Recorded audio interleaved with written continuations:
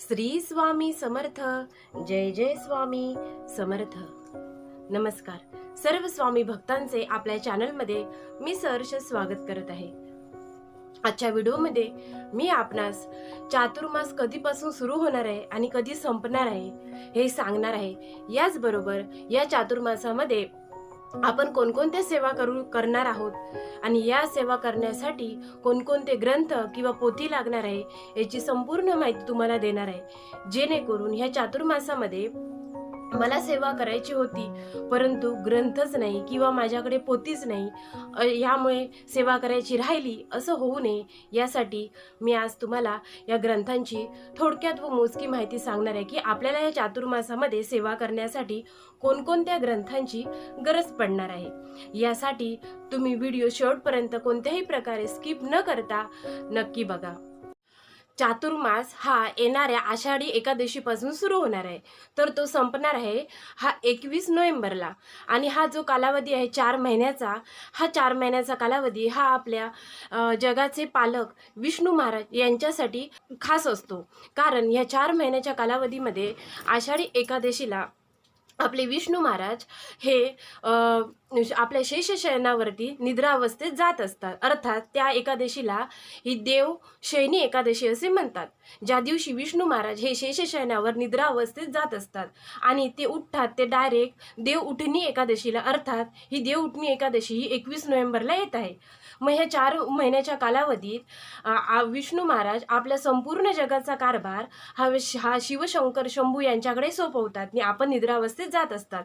म्हणून हा 4 महिन्याचा कालावधी हा विष्णू महाराजांच्या सेवेसाठी अर्पण करण्यात आला आहे. यासाठी ह्या 4 महिन्यात वेगवेगळे सण येत असतात. श्रावण महिना येत असतो, यामध्ये आपण वेगवेगळ्या सेवा करू शकतो. तसेच यानंतर गणेश चतुर्थी येते, नंतर पितृपक्षाचा पंधरवडा येतो. ही पितृपक्षाच्या पंधरवड्याचा जो कालावधी आहे 15 दिवसाचा, तो पितरांसाठी अर्पण करावा लागतो. यासाठी पण पितरांची सेवा करावी लागते. यानंतर येते देवीचा नवरात्र येतो, 9 दिवसाची घटस्थापना असते. यामध्ये पण आपल्याला कुलदेवीची सेवा करावी लागते आणि आपल्या कुलदेवीचे छत्र आपल्यावर राहण्यासाठी आपल्याला दुर्गा सप्तशती या ग्रंथाची गरज असते. अशा वेगवेगळ्या सेवा आहेत ज्या आपण या चातुर्मासामध्ये करू शकतो. आणि या सेवा करण्यासाठी आपल्याला कोणकोणत्या ग्रंथांची गरज आहे याची संपूर्ण माहिती तुम्हाला या व्हिडिओमध्ये मी देणार आहे. तेव्हा तुम्ही हा व्हिडिओ कोणत्याही प्रकारे स्किप न करता शेवटपर्यंत पहा. चला तर बघूया की या चातुर्मासाच्या कालावधीत आपण कोणकोणती सेवा करणार आहोत आणि यासाठी आपल्याला कोणते ग्रंथ नेमके लागणार आहेत. तर चला आपण पाहूयात हे कोणकोणते ग्रंथ हे प्रत्येकाकडे असलेच पाहिजे, जेणेकरून आपल्याला सेवा करायची होती परंतु आपल्याकडे ग्रंथच नाही किंवा आपल्याकडे पोथीच उपलब्ध नाही असं होऊ नये. यासाठी संपूर्ण व्हिडिओ शेवटपर्यंत बघा. चला, श्रावण महिन्यामध्ये आपण श्री गुरुचरित्र या ग्रंथाचे पारायण करू शकतो. अत्यंत पवित्र असा हा ग्रंथ, ज्याने आपले अतिशय खडतर प्रारब्ध संपवण्याची प्रचंड ताकद असणारा या ग्रंथाचे आपण श्रावण महिन्यात नक्कीच पारायण करू शकतो. पण ज्याला श्री गुरुचरित्राचे पारायण करणे शक्य नाही ते संक्षिप्त श्री गुरुचरित्र ग्रंथाचे पारायण करू शकतात. यामध्ये 7 अध्याय आहेत.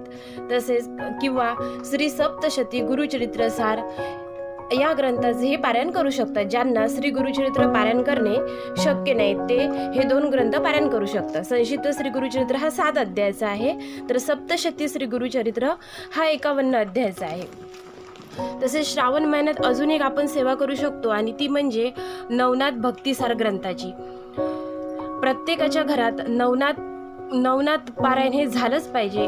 कारण करणी बाधा, भूतप्रेत बाधा, प्रखर पितृदोष, तंत्रमंत्र यासारख्या समस्यांवर अतिशय जालिम उपाय म्हणजे नवनाथ भक्तिसार. ज्या लोकांना श्रावण महिन्यात नवनाथ भक्तिसाराच्या मोठ्या ग्रंथाचे पारायण करणे शक्य नाही ते ह्या श्री नवनाथ भक्तिसार अर्थात संक्षिप्त नवनाथ भक्तिसाराचे पठण करू शकतात. यासाठी हा ग्रंथ छोटा ग्रंथ असणे आवश्यक आहे. नवनाथ पारायणासाठी ह्या मोठ्या ग्रंथाऐवजी हा छोटा ग्रंथ, अशा आपण श्रावण महिन्यामध्ये सेवा करू शकतो. याचबरोबर नंतर येत आहे आपला पितृपक्ष. तर पितृपक्षामध्ये आपण कोणत्या सेवा करू शकतात जेणेकरून आपल्या पितरांना सद्गती प्राप्त होईल, याचबरोबर प्रखरातील प्रखर पितृदोष हा निवारण होईल. यासाठी अतिशय महत्त्वाची सेवा म्हणजे सुलभ भागवताचे पारायण. पितृपक्षाच्या 15वड्यामध्ये आपण ह्या भागवत ग्रंथाचे पारायण करू शकतो. 7 दिवसाचे करू शकतो किंवा 10 दिवसाचे करू शकतो, परंतु यासाठी आपल्याला हा सुलभ भागवताचा ग्रंथ असणे आवश्यक आहे. तसेच समजा सुलभ भागवत मोठा ग्रंथ पारायण करणे शक्य नसेल तर आपल्याजवळ दुसरा संक्षिप्त श्रीमद भागवत ग्रंथ असणे गरजेचे आहे, जेणेकरून सुलभ भागवत जर आपल्याला पारायण करणे शक्य नसेल तर हे संक्षिप्त श्रीमद भागवत एका दिवसाचे आपणास करणे सोपे जाईल. यासाठी हे दोन्ही ग्रंथ आपल्याजवळ असणे आवश्यक आहे. हा ग्रंथ दिंडोरी प्रणीत आहे, तसेच हा पण ग्रंथ दिंडोरी प्रणीत आहे. यानंतर अजून एक सेवा करू आपण शकतो आणि ती सेवा म्हणजे श्रीपाद श्रीवल्लभ चरित्र. या श्रीपाद श्रीवल्लभ चरित्राचे आपण श्रावण महिन्यामध्ये पारायण करू शकतो. ज्यांना करायचं आहे त्यांच्यासाठी फक्त हा आपल्याकडे ग्रंथ असला पाहिजे. हा पण ग्रंथ श्रीपाद श्रीवल्लभ चरित्र हा दिंडोरी प्रणीत आहे आणि हा ग्रंथ जर सेवा करायची असेल तर तो आपल्याकडे असलाच पाहिजे. तसेच दर रविवारी आपण मल्हारी सप्तशतीचे पारायण करू शकतो, ज्यामुळे आपले कुलदैवताचे कृपाछत्र आपल्या कुटुंबावर राहील. यासाठी मल्हारी सप्तशती हा ग्रंथ असणे आपल्याकडे आवश्यक आहे आणि हा पण ग्रंथ दिंडोरी प्रणीत आहे.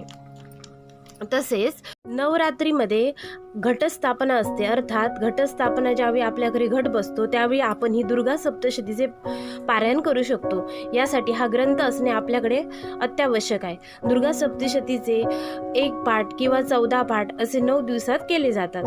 यामुळे आपली कुलदेवीचे छत्र आपल्यावर आपल्या कुटुंबावर नेहमी राहतं. यासाठी हा दुर्गा शक्तीचे पाठ केले जातात. यासाठी हा पण ग्रंथ दिंडोरी प्रणीत आहे आणि हे ग्रंथ आपल्याकडे असणे गरजेचं आहे. अशा प्रकारे चातुर्मासात हे सर्व ग्रंथ आपल्याकडे असणे गरजेचे आहे, जेणेकरून आपण त्या सेवा करू शकतो. असं होऊ नये की ते आपल्याकडे ग्रंथ नाहीत म्हणून सेवा करायची राहून गेली. संपूर्ण ग्रंथ सर्वच्या सर्व एकदा तुम्ही पाहून घ्या आणि हे ग्रंथ मिळवण्यासाठी तुम्हाला मी मोबाईल नंबर नक्की देते.